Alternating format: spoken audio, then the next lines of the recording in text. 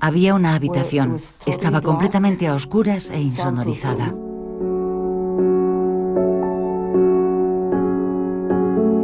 Estaba acolchada, con las ventanas cegadas, en la más completa oscuridad. Y los metían en tubos con las piernas y los brazos inmovilizados.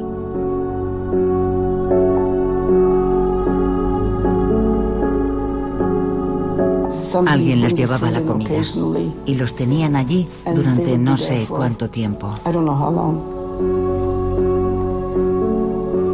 Yo oía sus gemidos. Recuerdo que algunos intentaban huir cuando veían a los médicos. Se resistían. Si escapaban, los atrapaban y los volvían a poner bajo tratamiento contra su voluntad. Les obligaban a hacer cosas que no querían hacer. Y cuando terminaban con ellos, estaban completamente anulados, acabados. Ya no presentaban más resistencia. No eran gritos, eran llantos. Lloraban. No querían estar allí.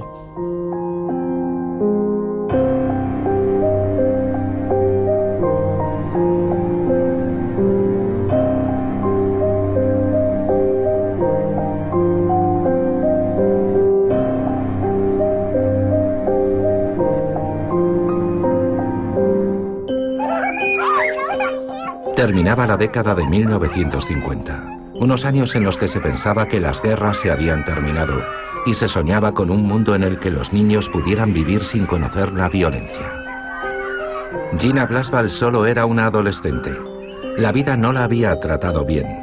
Tras la muerte de su padre, su madre la abandonó en un orfanato. A los 16 años fue ingresada en el hospital Allan Memorial, en el departamento de psiquiatría de la Universidad McGill, en Montreal. Padecía una hepatitis aguda que le había causado una severa depresión. Gina creía que la iban a curar, pero cayó en las redes de un programa de alto secreto de la CIA estadounidense. El nombre en clave, MK Ultra.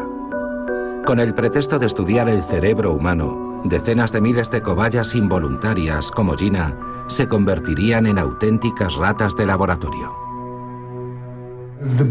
Lo más terrible es que les coaccionaban.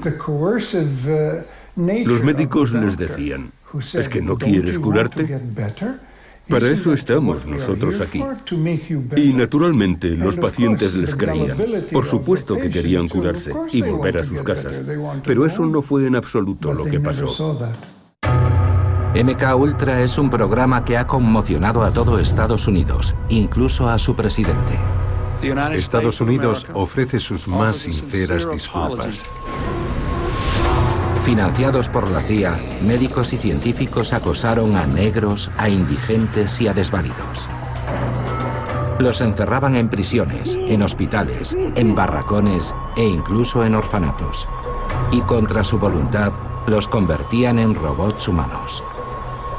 Su objetivo era borrar su memoria, encontrar un medio para hacer confesar al enemigo, fabricar una máquina humana dispuesta a matar contra su voluntad.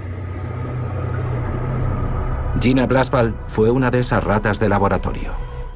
El médico me dijo que quería borrar mis recuerdos, haciéndome dormir durante un mes.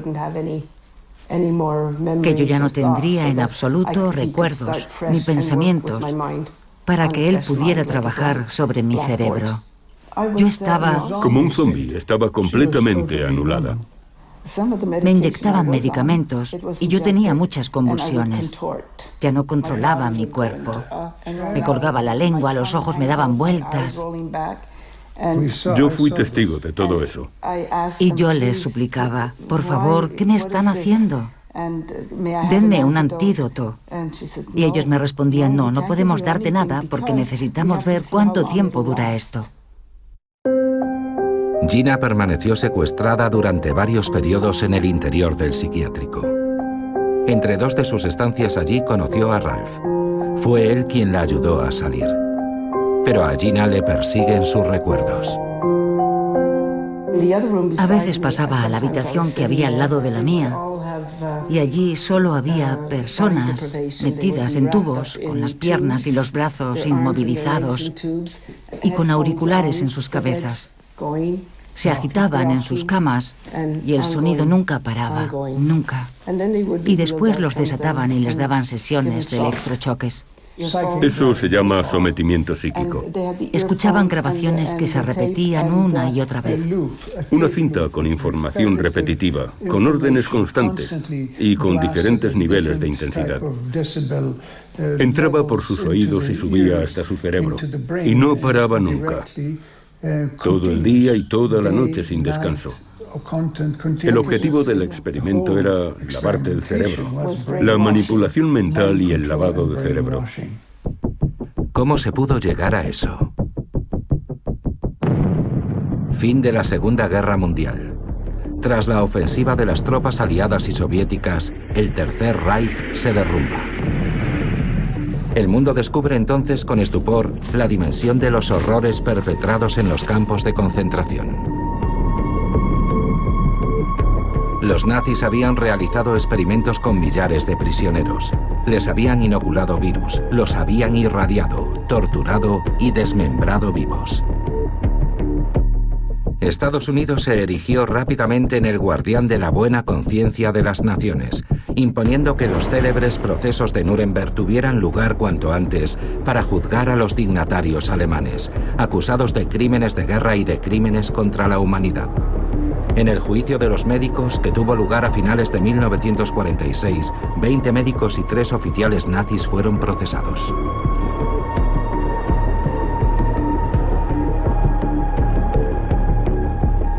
Guilty or not guilty? Nicht schuldig. 5 acusados fueron absueltos, 7 condenados a muerte y el resto a penas de prisión. Durante el desarrollo del proceso, Estados Unidos creó el Código de Nuremberg. Su contenido es ejemplar. En él se define el código ético que debe prevalecer en la experimentación médica con seres humanos. Pero al mismo tiempo, los estadounidenses codiciaban a los científicos y médicos alemanes y conseguían llevarlos a Estados Unidos. Justo después de la guerra, había muchos científicos alemanes expertos en bombardeos, en energía, en misiles, en cine, en medicina. Y los franceses, los ingleses, los rusos y los americanos querían llevarlos a sus países para que trabajaran a su servicio. El problema era que muchos de ellos estaban considerados criminales de guerra. El Departamento de Estado no quería concederles visados, de forma que no podían entrar en Estados Unidos. Entonces se iniciaron una serie de programas. El más famoso fue la Operación Paperclip. Gracias a ellos, muchos científicos alemanes fueron expatriados, eludiendo la exigencia de un visado del Departamento de Estado. Los americanos se aprovechan de los conocimientos de esos alemanes para realizar experimentos en muchos lugares, especialmente en aquellos países que consideraban que estaban bajo su control. Fue así como entre 1946 y 1948 en Guatemala inocularon el virus de la sífilis a cientos de soldados, prostitutas, presos e incluso niños. El resultado, 83 muertos. Por ese acto, Estados Unidos sería condenado. Los estadounidenses experimentan con personas desvalidas, aquellas que nunca se atreverían a protestar. En 1946 y durante 7 años, decenas de niños enfermos mentales son alimentados con cereales radiactivos en una escuela de Massachusetts. Es una terrible contradicción, una inmensa paradoja ver a Estados Unidos realizar aquellos peligrosos experimentos justo después de la guerra, después de haber llevado a los médicos nazis ante el Tribunal de Nuremberg en 1946 y 1947. Nosotros, ni los franceses, ni los ingleses, ni los rusos, sino nosotros, los estadounidenses. Nosotros llevamos a esos 23 médicos irresponsables tribunales administrativos, ante un tribunal. Les sermoneamos, arengamos y les dimos lecciones sobre la forma correcta de hacer experimentos médicos. Y mientras, nuestros propios médicos inyectaban la sífilis a un montón de personas en Guatemala. Y al mismo tiempo, en hospitales de nuestro país, se inyectaba plutonio y otros elementos radiactivos a los pacientes. De forma que podría decirse que todo era una gran farsa, un gran juego de propaganda. ¿Qué importa? Los estadounidenses siempre pusieron la moral muy por detrás de los intereses de la nación. 3, 2, 1, fuego.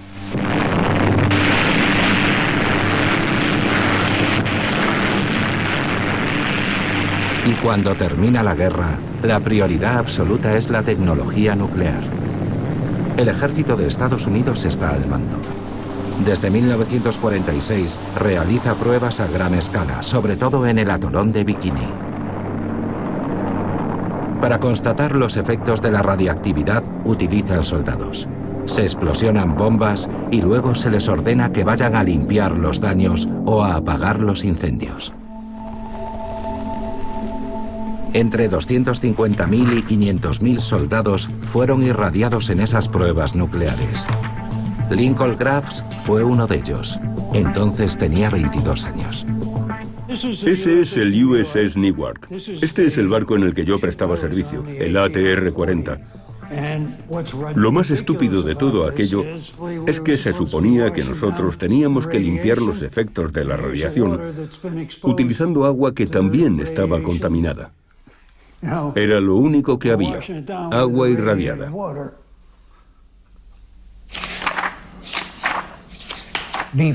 Antes de que nos enviaran a Bikini, todos debíamos firmar un contrato que era básicamente el juramento de que no le contaríamos a nadie lo que habíamos visto u oído durante nuestra misión. Los soldados son las cobayas perfectas, son disciplinados e ignoran por completo el riesgo que corren. No disponíamos absolutamente de ninguna protección.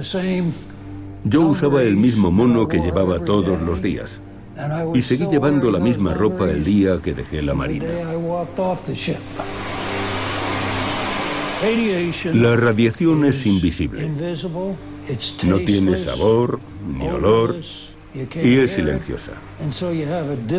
Por eso es complicado establecer una relación, incluso convencer a la gente de que había estado expuesta a ella.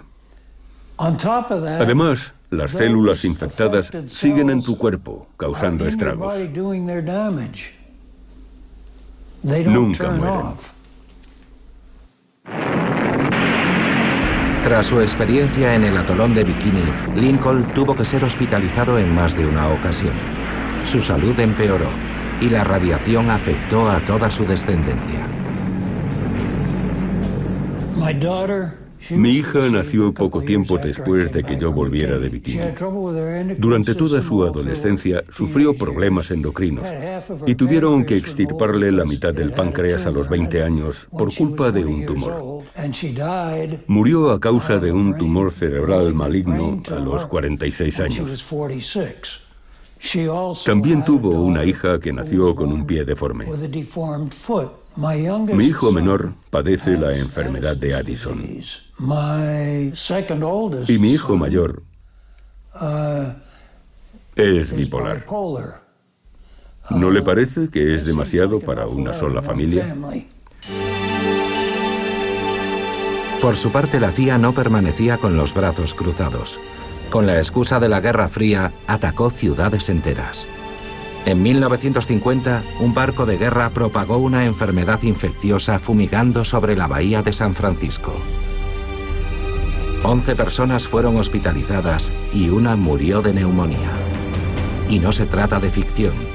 Todos esos experimentos han sido revelados por documentos desclasificados recientemente. La CIA quería llegar aún más lejos. Lo que más le interesaba era la manipulación mental, y quería hacer experimentos a gran escala, pero para hacerlo necesitaba dinero.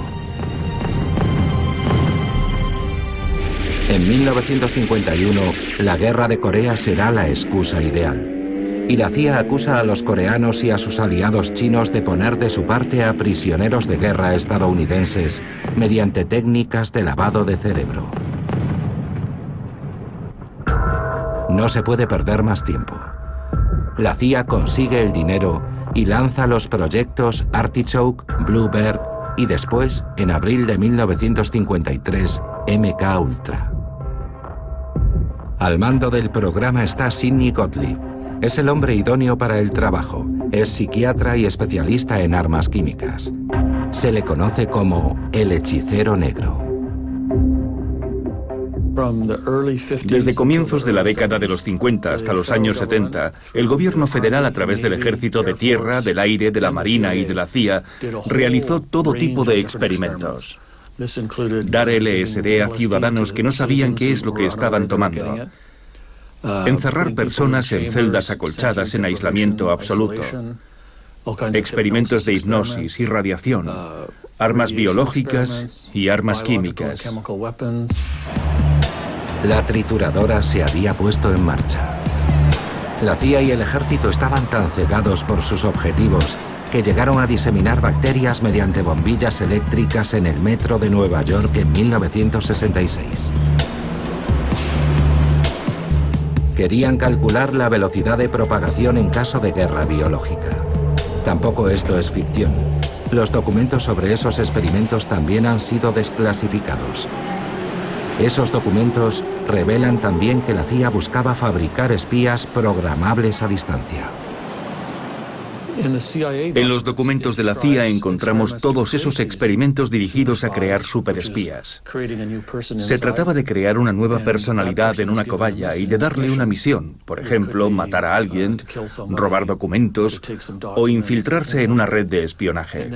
Al terminar la misión se le reprogramaría y el sujeto no recordaría nada. La agencia estadounidense se interesa especialmente por el LSD.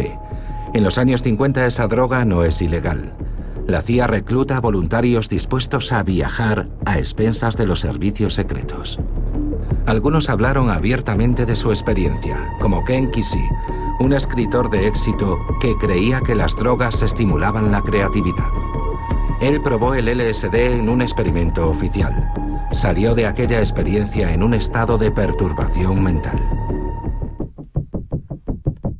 Poco después comenzó a trabajar en un futuro bestseller que se convertiría en una película de culto. Alguien voló sobre el nido del cuco.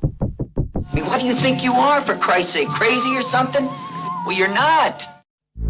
Gracias al apoyo involuntario de los hippies y de algunos artistas, los científicos americanos no tuvieron muchas dificultades para que se aceptaran sus experimentos con el LSD. Por otra parte, la CIA cree que es tan inofensivo que lo prueba con sus propios agentes, sin que lo sepan. Pero las consecuencias serán graves.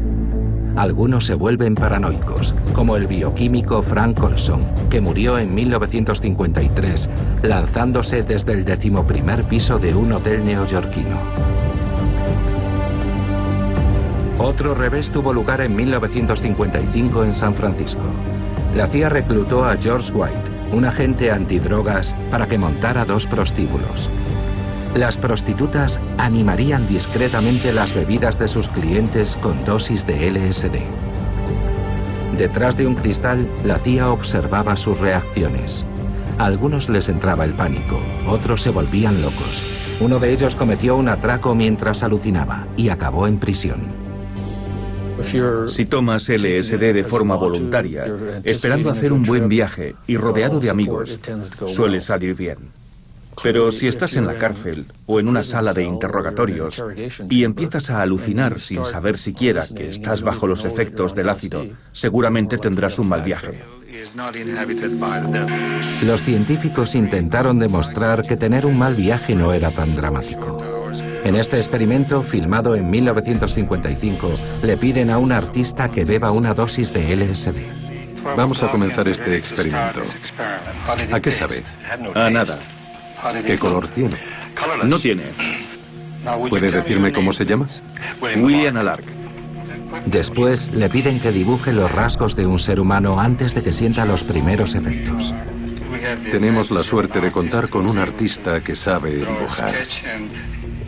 Y le someten a una batería de pruebas. Pocas horas después, el artista debe volver a dibujar un retrato. Pero no lo consigue. Y poco a poco, bajo la mirada del psiquiatra, cae en un estado de esquizofrenia. Está volviendo a emocionarse. Mire la imagen. Mírela. Mírela. Y concéntrese en las cejas. Es donde estaba.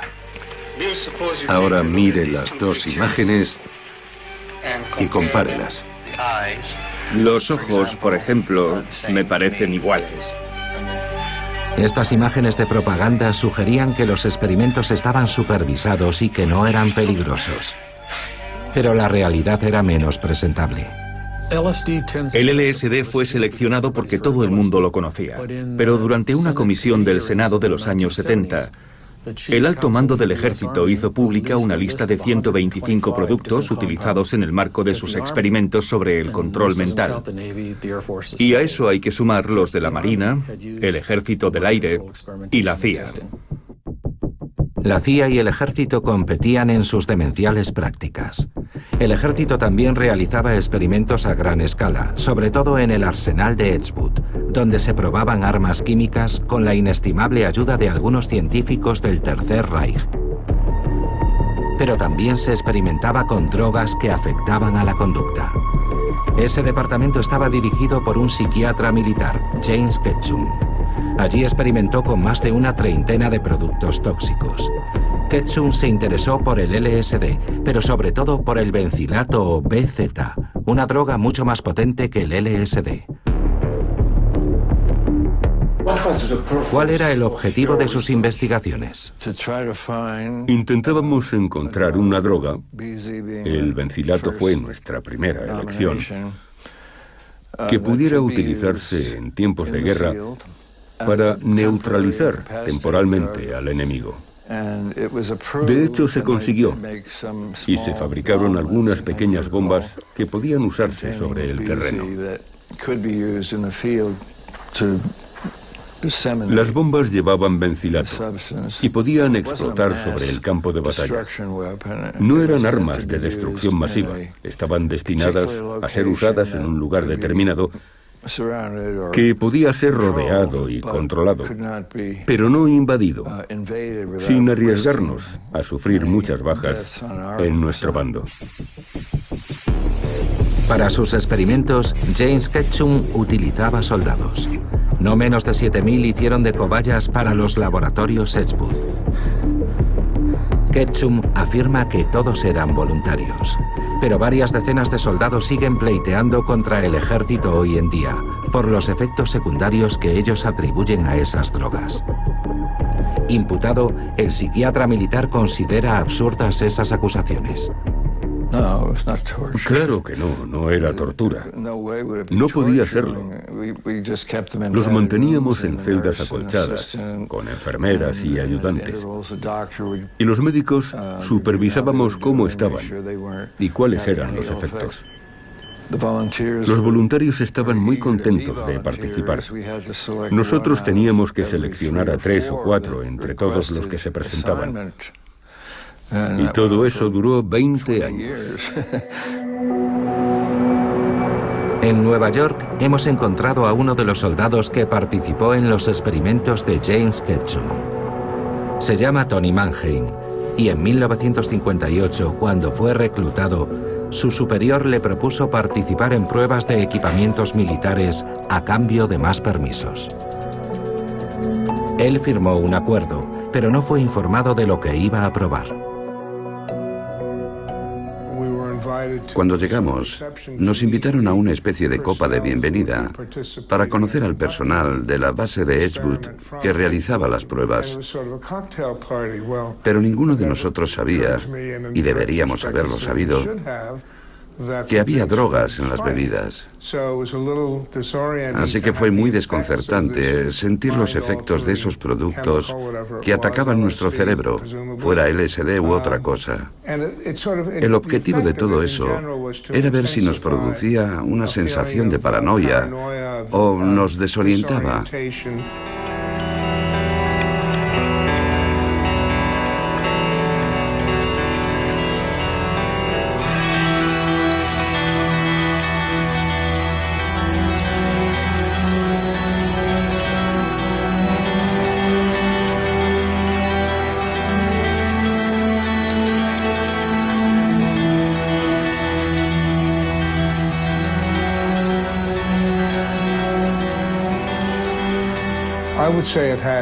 Yo diría que después de esa experiencia, todo aquello tuvo efectos psicológicos muy negativos y de una duración considerable.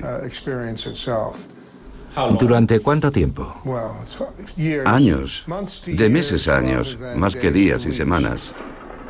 Ketchum afirma que los ensayos se realizaban bajo una estrecha supervisión y que su propio equipo nunca había cuestionado la ética de sus experimentos.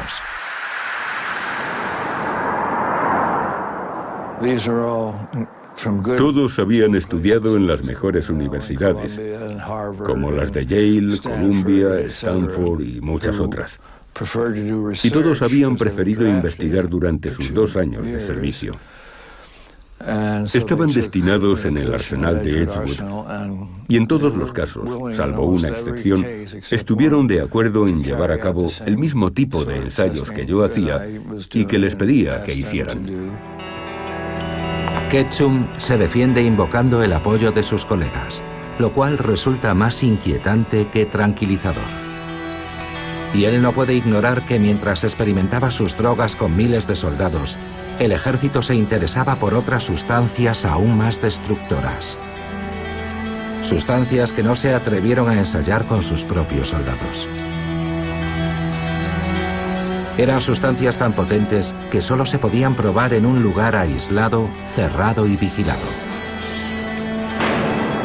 Las prisiones eran el lugar perfecto. Fue Allen Holmblum quien denunciaría al sistema. En aquella época él trabajaba para el sistema penitenciario que le había destinado a la prisión de Holmesburg, en Pensilvania.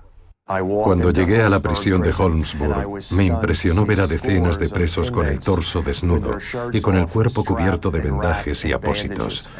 No podía creer que fuera a trabajar en un entorno tan violento. Todos los presos parecían haber participado en una pelea con navajas, como si hubiera habido una guerra de bandas en la prisión. Al día siguiente les pregunté a los guardias qué había pasado y si la prisión era realmente un sitio tan peligroso. Ellos se rieron de mí y me contestaron: señor Holmblum, no es una guerra de bandas. Son ensayos de perfumes para la Universidad de Pensilvania. En Holmesburg, al igual que en una veintena de centros penitenciarios de todo el país, la CIA o el ejército convertían a los presos en ratas de laboratorio.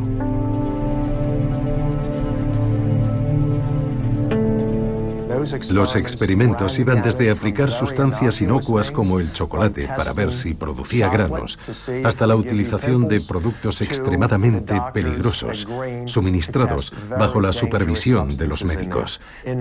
Los presos ignoraban que les estaban inyectando isótopos radiactivos para los experimentos de la empresa química Dell, y es el único caso en el mundo que yo conozca en el que se aplicó dioxina a humanos en la cara y en la espalda.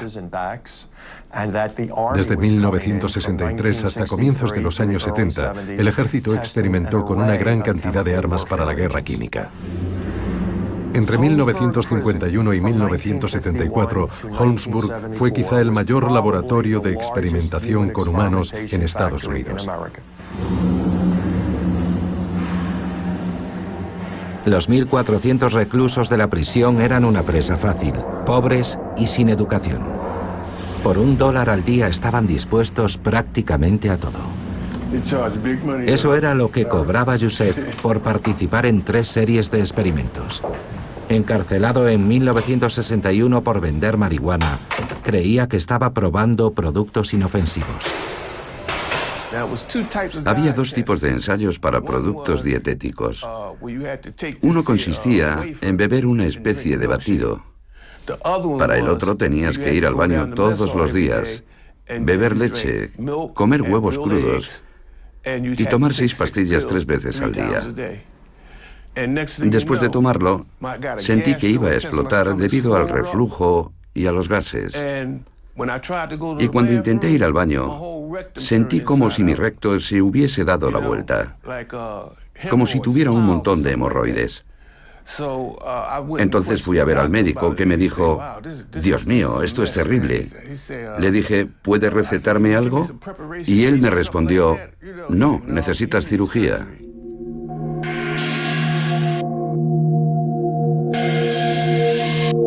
Tras los muros de la prisión, los servicios estadounidenses se sienten todopoderosos. No existen límites para ellos.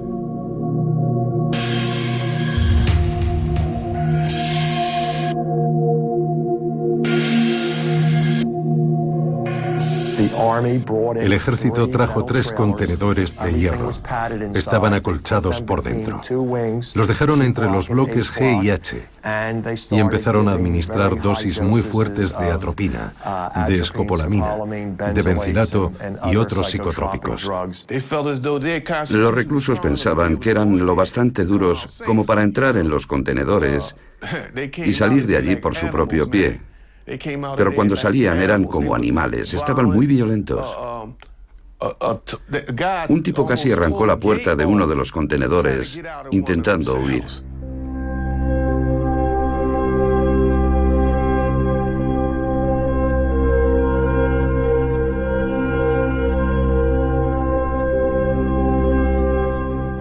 La gente salía con problemas mentales de esos ensayos.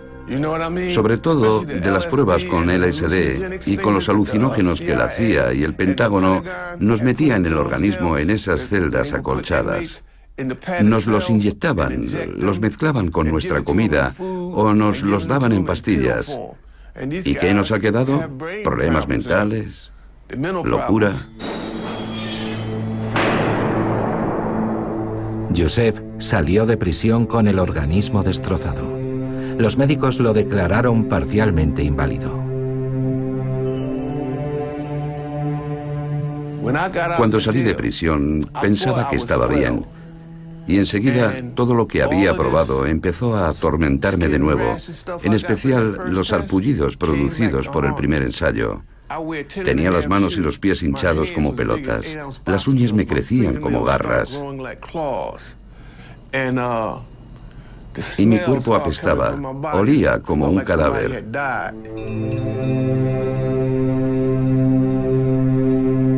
Desde entonces hasta hoy, mi vida ha sido una calamidad. Tengo el hígado dañado, problemas genitales permanentes, y ya no sé qué le pasa a mis manos. Siento hormigueo en los pies. Tengo cáncer de próstata. Es un auténtico infierno. Mientras el ejército reclutaba principalmente en las prisiones, la CIA merodeaba por los hospitales. Había prometido una recompensa para quien lograra transformar a un ser humano en un robot. Más de 20 años después de que el programa MK Ultra finalizara, sus víctimas denunciaron lo lejos que la CIA estaba dispuesta a llegar para lograr su objetivo. Esta mujer, Claudia Mullen, declaró ante el comité encargado de evaluar los daños infligidos a las víctimas. Me convertí en un peón en manos del gobierno. El objetivo era someterme y crear al espía ideal con la ayuda de productos químicos. Utilizaban irradiación, drogas, hipnosis, electrochoques, inmersiones en bañeras llenas de agua, privación del sueño, lavado de cerebro y abusos verbales, psíquicos, emocionales y sexuales. Fui explotada durante casi 30 años de mi vida y la única explicación que recibí fue que el fin justifica los medios y que servía a mi patria en su valeroso esfuerzo por luchar contra el comunismo.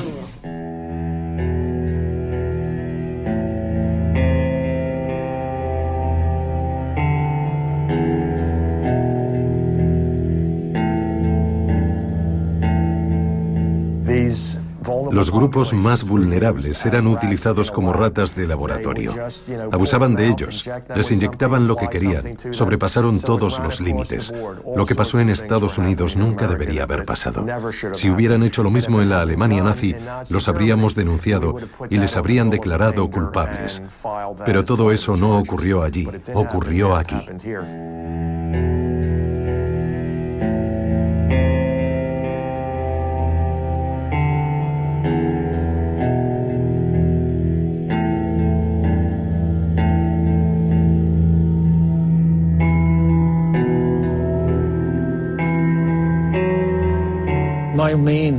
Lo que me parece más indignante no es la actitud del ejército o de la CIA, sino la de los propios psiquiatras.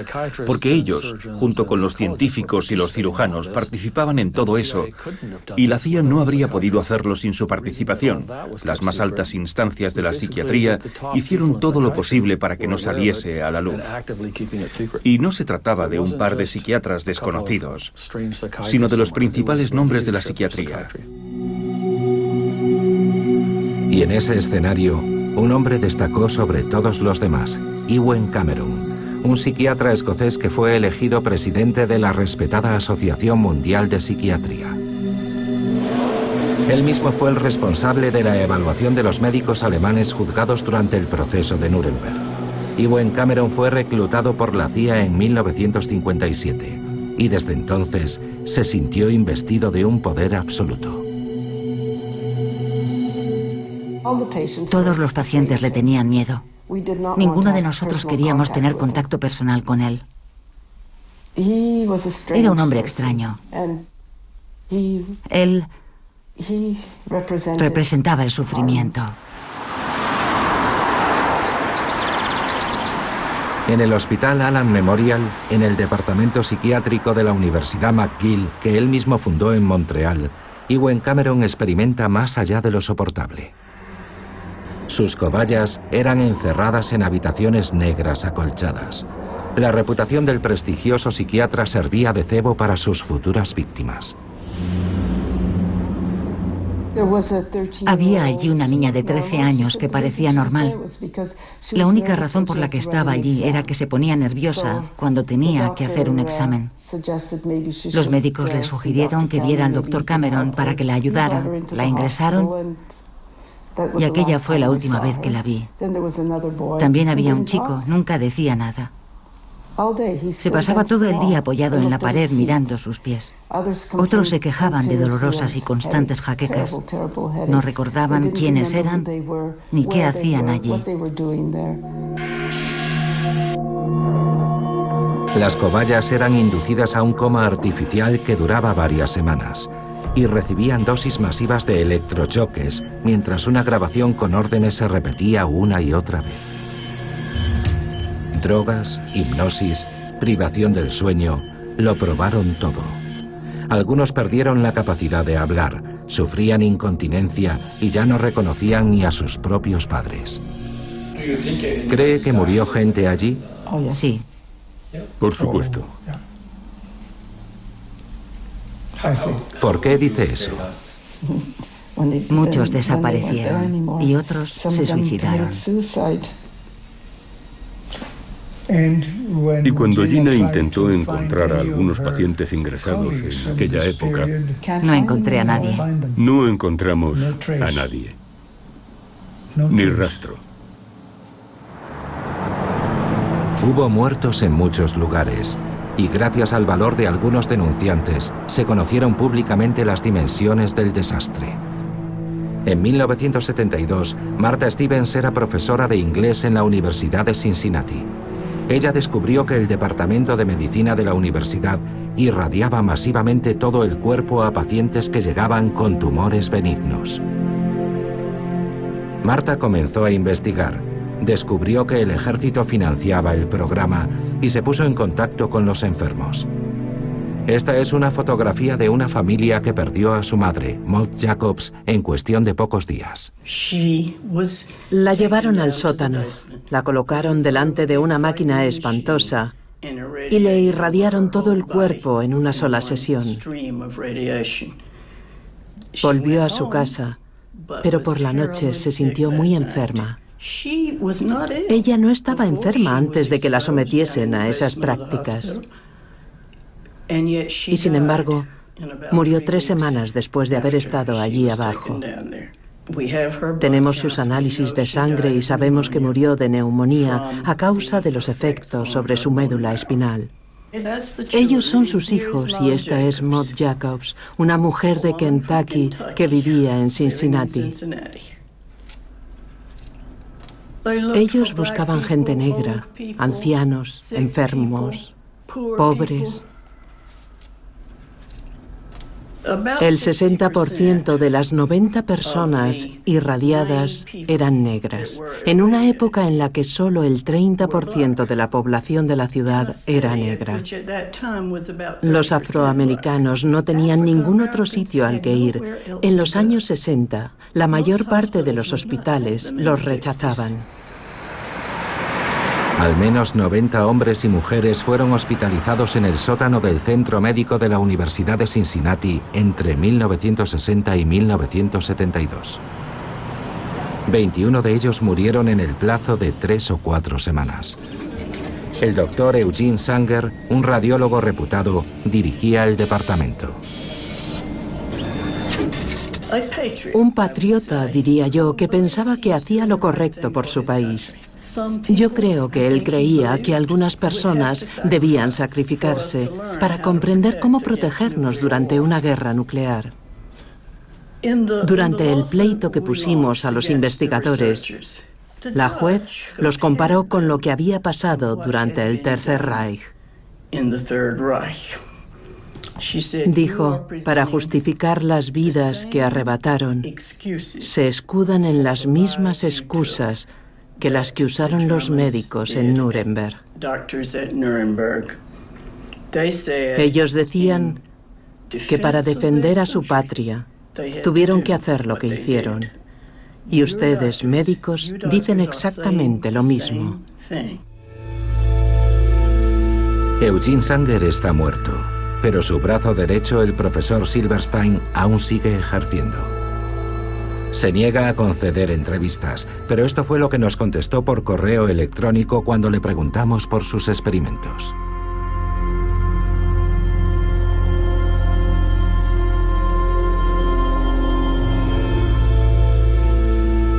Es una extraña afirmación, considerando que la Universidad de Cincinnati fue condenada a indemnizar a las familias con $5 millones. Pero la CIA no se paró ahí.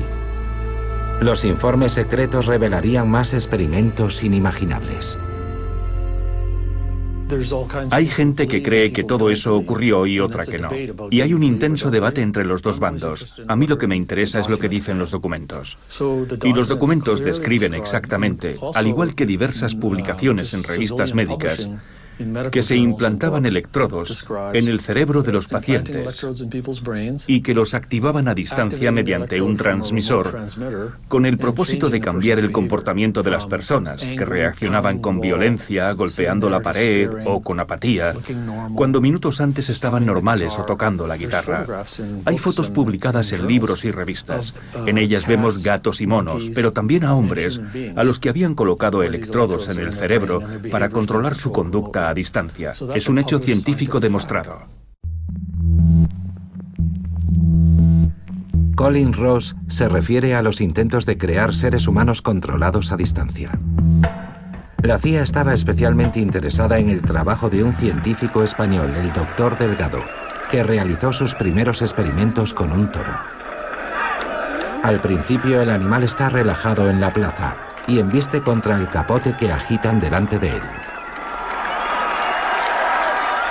Después le implantan al toro un receptor en el cerebro. Poco después, cada vez que embiste, un impulso eléctrico hace que se detenga repentinamente. Los documentos desclasificados muestran que se usaron sistemas más sofisticados en el cerebro de seres humanos, como en el caso de esta niña. Muy sonriente, su conducta se torna de repente violenta cuando el transmisor se activa.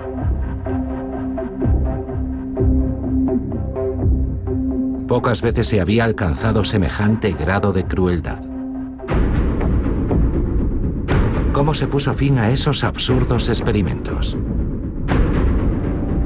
Las cosas se precipitaron a comienzos de los años 70. En 1972, el escándalo del Watergate siembra el pánico en la CIA. La agencia había destrozado todos los códigos éticos y su director, Richard Helms, no había informado al presidente de lo que se tramaba en sus laboratorios. En 1973, Helms ordenó la destrucción de todos los documentos relativos al programa MK-Ultra y también que se pusiera fin a los experimentos. Dimitió inmediatamente después. En 1974, el presidente Gerald Ford juró su cargo.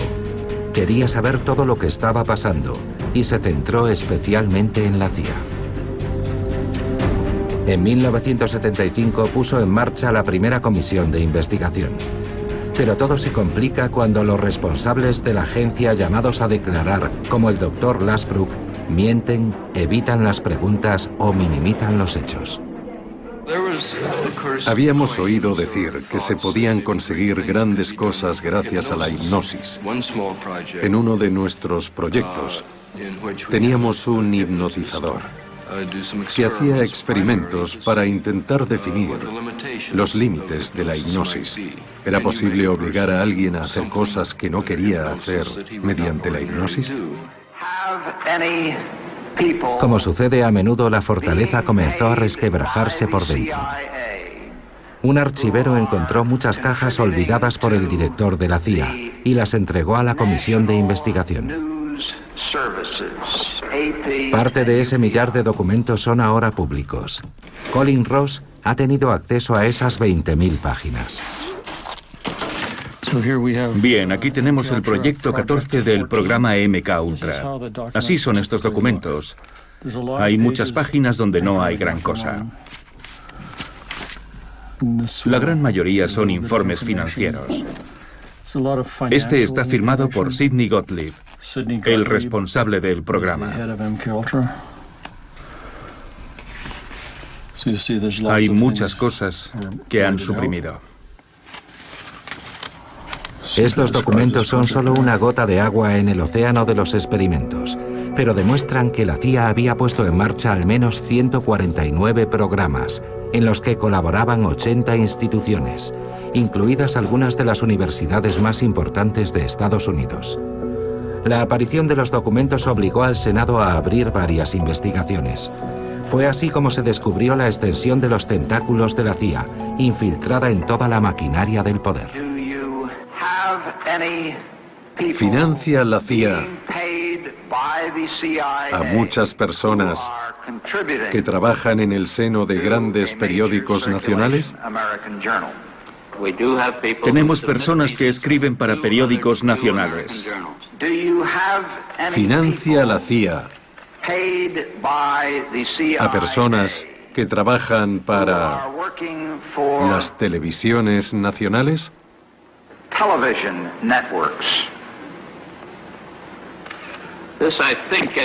Preferiría hablar de ese tipo de detalles en otro contexto. Richard Helms, el hombre que siempre prefirió la oscuridad a la luz, tuvo que dar explicaciones públicamente. La persona que había dirigido los proyectos más nauseabundos mostró una indiferencia repugnante. Si poseemos armas bioquímicas o químicas, efectivamente, estas pueden ser usadas de forma ofensiva o defensiva. Cuando dice de forma ofensiva incluye obviamente el hecho de matar personas, ¿verdad? Efectivamente, tienen capacidad para matar si se utilizan para eso. Todo está ahí, sin límites.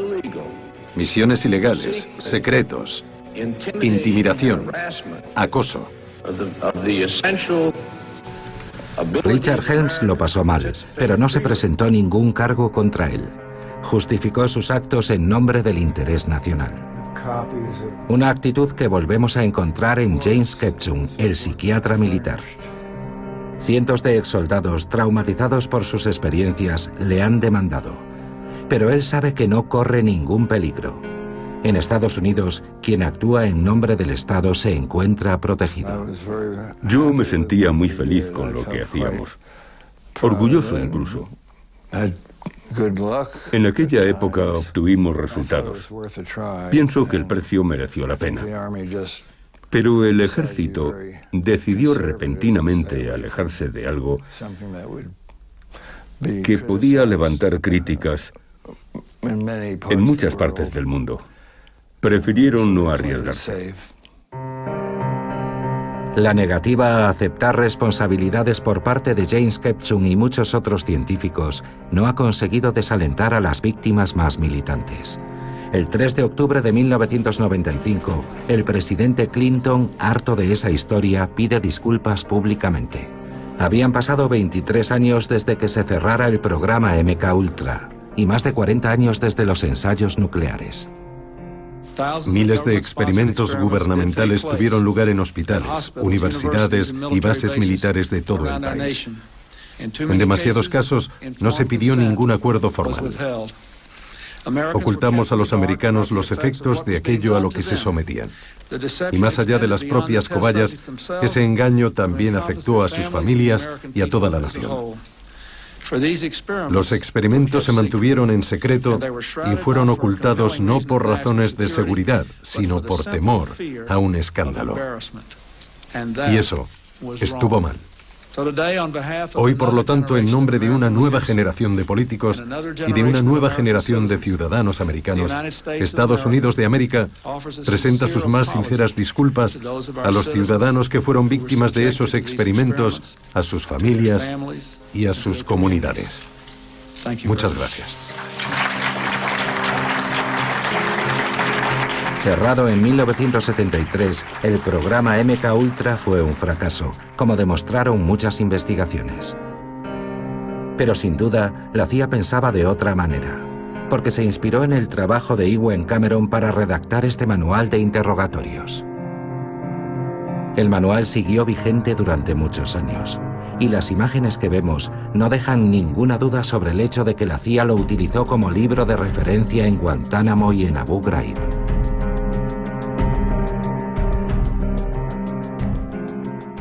Estoy convencido de que todavía hoy las técnicas de control mental siguen siendo utilizadas por todos los servicios secretos del mundo. Y sin duda, también por los terroristas. ¿Por qué lo creo? Solo hay que mirar las fotos que se hicieron en Guantánamo y en la prisión de Abu Ghraib. Ahí aparecen todos los ingredientes de la manipulación mental diseñados por la CIA en los años 50. Por ejemplo, sabemos que el interrogatorio ofensivo, término de moda en Inglaterra y Estados Unidos, no es más que un lavado de cerebro. Son las mismas técnicas: descargas eléctricas, posturas incómodas, humillaciones sexuales o culturales, privación del sueño o del alimento, perros de presa, amenazas de muerte, técnicas del policía bueno y el policía malo. Todo eso es manipulación mental. Sería ingenuo creer que las cosas han cambiado, porque en 2014 la historia volvía a repetirse. 19 años después de Bill Clinton, Barack Obama, desbordado por las revelaciones sobre las torturas perpetradas por la CIA, tiene que dar explicaciones. Antes de asumir mi cargo, dije claramente que tras el 11 de septiembre habíamos hecho cosas que no deberíamos haber hecho. Hemos hecho muchas cosas que eran justas, pero hemos torturado a personas. Disculpas públicas que solo tienen un valor simbólico para Gina y Ralph Blasman. Solo un pequeño número de víctimas del proyecto MKUltra han tenido el valor de llevar sus denuncias ante los tribunales. Los juicios son largos y la CIA se resiste a abrir sus archivos. Traumatizada y exhausta por su experiencia, Gina ha renunciado a intentar que se haga justicia por aquello que tuvo que sufrir.